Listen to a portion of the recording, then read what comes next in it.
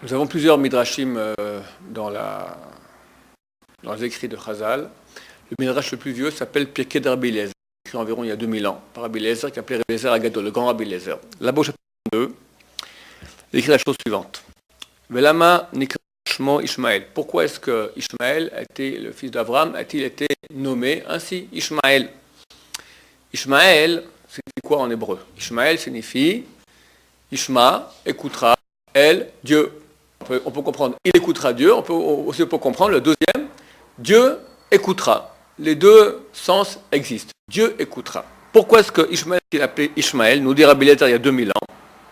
Shatid, car dans le futur, Akadosh Baruch Hu, le Saint béni soit-il, l'Ishmoa Bekol Nakataam va écouter la voix de la plainte du peuple d'Israël, Mimash Atidin Bnei Ishmael la Sod Ba'aretz, par rapport à ce que leur feront les Bnei Ishmael, les fils d'Ishmaël, sur terre, la terre c'est la terre d'Israël, Baharet Ayamim à la fin des temps.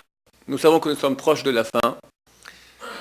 Ishmaël, pour des raisons que nous ne connaissons pas, nous on demande qu'à la paix, ils ne veulent pas nous laisser en paix.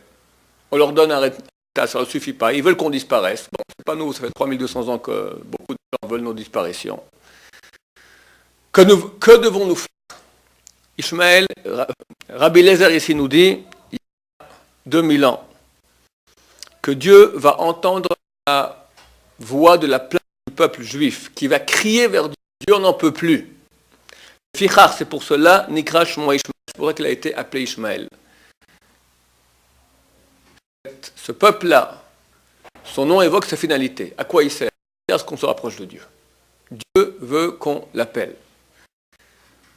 Alors nous devons prier pour que tous ces assassinats s'arrêtent. On doit prier Dieu, que Dieu nous protège.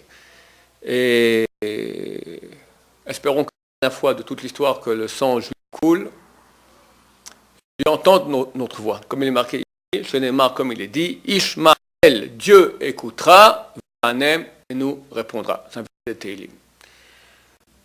On doit prier à Dieu, on doit faire tchouva. C'est ce que Chazal nous dit il y a 2000 ans déjà. L'époque qui nous concerne maintenant. Nous sommes entourés d'ennemis qui veulent notre fin.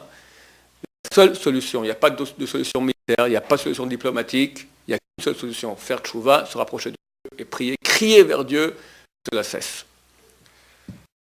Shabbat Shalom.